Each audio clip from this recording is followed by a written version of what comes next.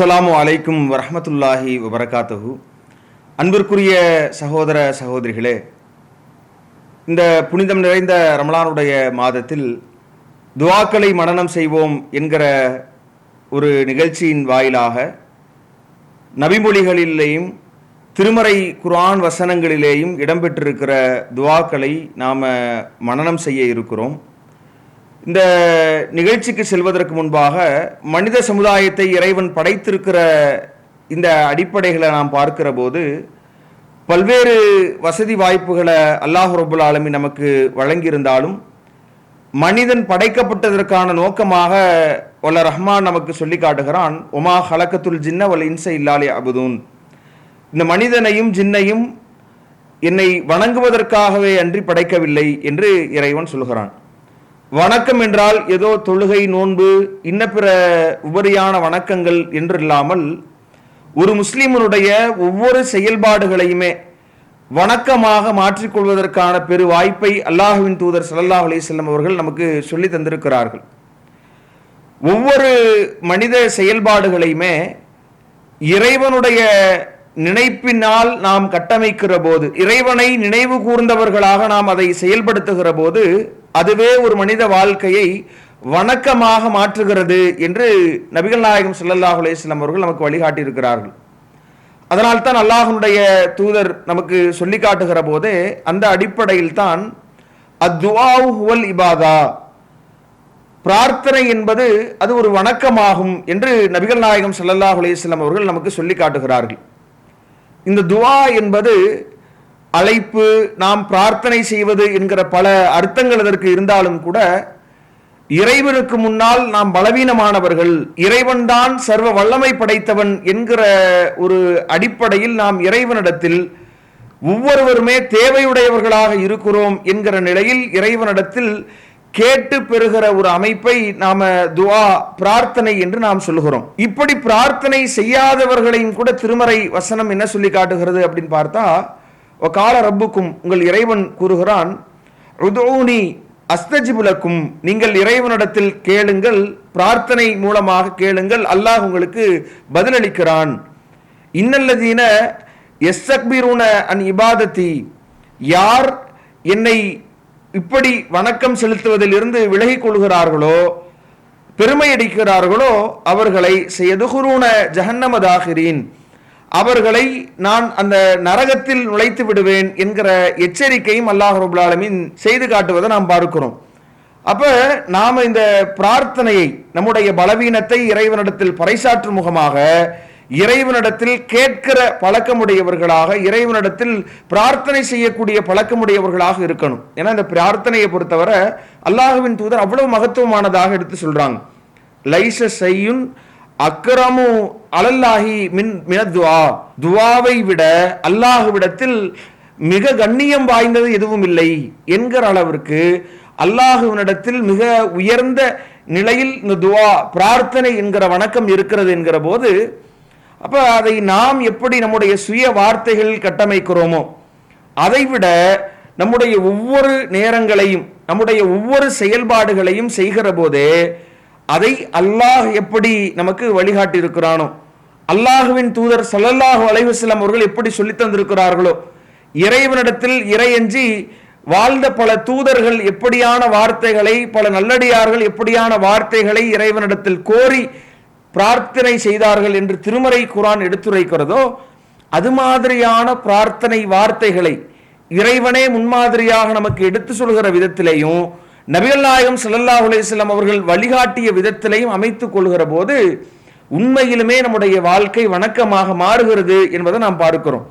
அந்த அடிப்படையில் தான் அல்லாஹ்வுடைய தூதர் ஸல்லல்லாஹு அலைஹி வஸல்லம் அவங்க பல்வேறு சந்தர்ப்பங்கள்ல நாம் எப்படியான துஆக்களை செய்யணும், எப்படியான வார்த்தைகளை நாம் சொல்லணும்னு குறைந்த சின்னஞ்சிறிய வார்த்தைகள்ல நிறைய கருத்தாக்கங்களை உள்ளடக்கிய விதத்தில் நபிகள் நாயகம் ஸல்லல்லாஹு அலைஹி வஸல்லம் அவர்கள் நமக்கு சொல்லி தந்திருக்கிறார்கள். அந்த துஆக்களை ஒவ்வொரு நாளும் நாம ஒவ்வொரு துஆக்களை தொடர்ச்சியாக பார்க்க இருக்கிறோம். அந்த அடிப்படையில் இன்றைக்கு நாம் பார்க்க இருக்கிற துஆ என்ன அப்படின்னா, நாம நம்முடைய வீடுகள்ல நாம இருக்கிறோம். தனி மனிதனுடைய கனவுகள்ல வீடுதான் பிரதானமானதாக இருக்கிறது. நமக்குன்னு ஒரு எலி வலையானாலும் தனி வலை வேண்டும், நமக்கு ஒரு சொந்த வீடு வேண்டும் என்பது கனவாக இருக்கிறது, லட்சியமாகவே இருக்கிறது. அல்லாஹ் மறுமையில் நமக்கு ஏற்படுத்துகிற சொர்க்கம்தான் ஒரு முஃமினுடைய இலக்காக இருந்தாலும் கூட, அதில் நாம ஒரு ஒரு நல்ல நிலை அந்தஸ்தை அடைய வேண்டும் என்பதுதான் இலக்காக இருந்தாலும் கூட, இந்த உலக வாழ்க்கையில் வாழுகிற போதே ஒரு நிம்மதியான ஒரு வீடு வேண்டும் என்கிற எண்ணமும் நமக்கு இருக்கிறது. ஏன்னா அல்லாஹும் அப்படித்தான் இந்த வீடை பற்றி நமக்கு சொல்லி காட்டுகிற போது சொல்கிறான், வல்லாஹு ஜஅலலக்கும் மின் புயூத்திக்கும் சக்கனா, அல்லாஹ் உங்கள் வீடுகள்ல அல்லாஹுதான் நிம்மதியை ஏற்படுத்துகிறான் என்று நமக்கு திருமறை குர்ஆன் எடுத்து சொல்கிறது. அப்பேற்பட்ட நிம்மதியை ஏற்படுத்துகிற தலங்களாக இல்லங்கள் இருக்க வேண்டும் என்றால், நம்முடைய இல்லங்களில் நாம அதை எப்படி அமைத்து கொள்ள வேண்டும் என்கிற வழிகாட்டுதலை மார்க்கம் சொல்கிறது. இப்போ அல்லாஹ்வுடைய தூதர் ஸல்லல்லாஹு அலைஹி வஸல்லம் அவங்க நாம் இல்லத்திற்குள் நுழைவதற்கு முன்பாகவே எப்படி நாம் நுழைய வேண்டும் என்று வழிகாட்டுகிற செய்தியை சஹீஹ் முஸ்லிம்ல இடம்பெறுகிற ஹதீஸ் கிரந்தத்தில் நாம் பார்க்கிறோம். 4106வது செய்தியில் இலக்கத்தில் பதிவு செய்யப்பட்டிருக்கிறது, இதா தஹலர் ரஜுலு பைத்தஹு, தன்னுடைய வீட்டிற்கு ஒருவர் நுழைகிறார் அப்படின்னா, ஃபதக்கரல்லாஹ இந்த துஹூலிஹி, அவர் நுழைகிற போதே அல்லாஹ்வை நினைவு கூர்ந்தவராக இருக்க வேண்டும் அப்படின்றத அல்லாஹ்வின் தூதர் ஸல்லல்லாஹு அலைஹி வஸல்லம் சொல்றாங்க. எப்படி இந்த தஆமிஹி, தன்னுடைய உணவுண்ணுகிற போது எப்படி பிஸ்மில்லா என்று இறைவனை நினைத்து உணவுண்ணுகிறாரோ, தன்னுடைய இல்லத்திற்குள் நுழைகிற போதும் அப்படி அவர் நுழையணும். அப்படி நுழைகிற போது சைத்தான் என்ன சொல்றான், லா மபீத்த லக்கும் வலா அஷா, நமக்கு இந்த தங்குவதற்கான இடமும் இல்லை, உண்பதற்கான உணவும் இங்கு இல்லாமல் போய்விட்டது என்று இறைவனை நினைவு கூர்ந்து வீட்டிற்குள் செல்கிற போது, இறைவனை நினைவு கூர்ந்து உணவுண்ண நாம் தொடங்குகிற போது அப்படியான வார்த்தைகளை சைத்தான் சொல்லி அங்கிருந்து நகர்ந்து விடுகிறானா. அப்படி இல்லாம இறைவனை நினைவு கூறாமல் நாம் அந்த உணவை உட்கொள்கிற போது, இதா தகல, அந்த வீட்டில் நுழைகிற போது அல்லாஹுவை நினைவு கூறாமல் நாம் நுழைகிற போது, அப்ப கால சைத்தான் என்ன சொல்வானா, அதரத்தும் அல் மபீத்த, தங்குமிடம் நமக்கு கிடைத்து விட்டது என்று சொல்வானா. அதே மாதிரி அல்லாஹுவை நினைவு கூறாமல் உணவுண்ணுகிற போது நமக்கு உணவு கிடைத்து விட்டது என்று சொல்வானா. அப்ப நாம இந்த அடிப்படையில் பார்க்கிற போது, நம்முடைய இல்லங்களுக்குள் நுழைகிற போதே இன்னைக்கு பல பிரச்சனைகளோடு உள்ள நுழைகிறத பார்க்கிறோம். உள்ள நுழையும் பொழுதே நாம எந்த பல்வேறு விதமான கோபங்களோடு வெளியே சுற்றி திரிகிற போது ஏற்படுகிற சிக்கல்கள் எல்லாம் வீட்டில் தான் விடியும். அவ்வளவு ஒரு மோசமான நிலையில எங்க அல்லாஹ்வை நினைவு கூறுவது, வாயை திறக்கிற போதே கதவை திறக்கிறியான்னு மிக மோசமான வார்த்தைகளை திட்டி திறக்கிறது, ரொம்ப கடினமாக கதவை போட்டு இது பண்றது, இப்படியான ஒரு மனநிலையில, இறுக்கமான மனநிலையில இன்றைக்கு நம்முடைய சூழ்நிலைகள் அமைந்திருப்பதை பார்க்கிறோம். அப்ப இறைவன் எந்த வீட்டில் அமைதி இருப்பதாக சொல்கிறானோ, அந்த அமைதியை பெற முடியாமல் இந்த சைத்தான் நுழைந்து அவனுடைய தங்குமிடமாக அந்த இல்லங்களை அமைத்துக் கொள்கிறான் என்பதைத்தான் நாம் பார்க்கிறோம்.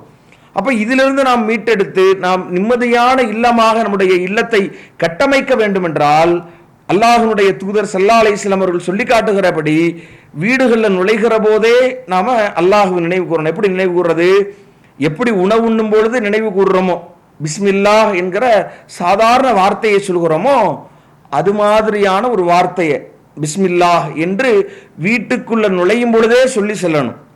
ரொம்ப இலகுவான வார்த்தை தான், ரொம்ப கஷ்டமானதா?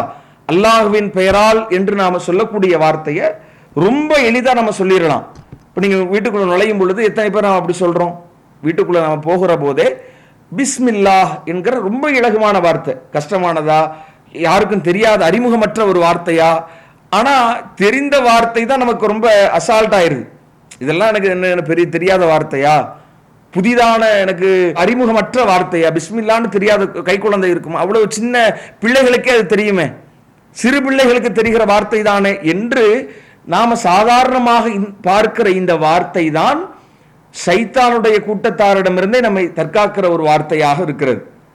நமக்கு அந்த மன நிம்மதியை இறைவனுடைய நினைவு கூறல் மூலமாக அந்த இல்லங்களில் மீட்டெடுப்பதற்கு உதவுகிறது என்றால், இப்போ நம்ம வீட்டுக்குள்ள நுழைகிற போதே அல்லாஹுவின் பெயரால் பிஸ்மில்லாஹ் என்று சொல்லி நாம நம்முடைய வீடுகளுக்குள்ள நுழையணும் என்கிற அடிப்படையை அல்லாஹ்வுடைய தூதர் ஸல்லல்லாஹு அலைஹி வஸல்லம் அவங்க சொல்லி காட்டுவதை பார்க்கிறோம்.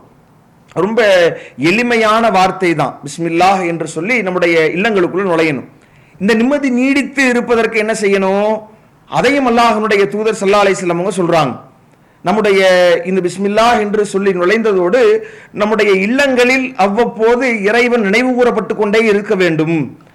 வதுகுர்ன மா யுத்லா ஃபி புயூதிகுன்ன மின் ஆயாத்தில்லாஹி வல் ஹிக்மதி, உங்களுடைய வீடுகளில் அவனுடைய வசனங்களையும் அதே மாதிரி அவனுடைய ஞானத்தையும் நீங்கள் நினைவு கூறுங்கள் என்று அல்லாஹ்வுடைய திருமறை வசனங்கள் நமக்கு சொல்லி காட்டுவதை பார்க்கிறோம்.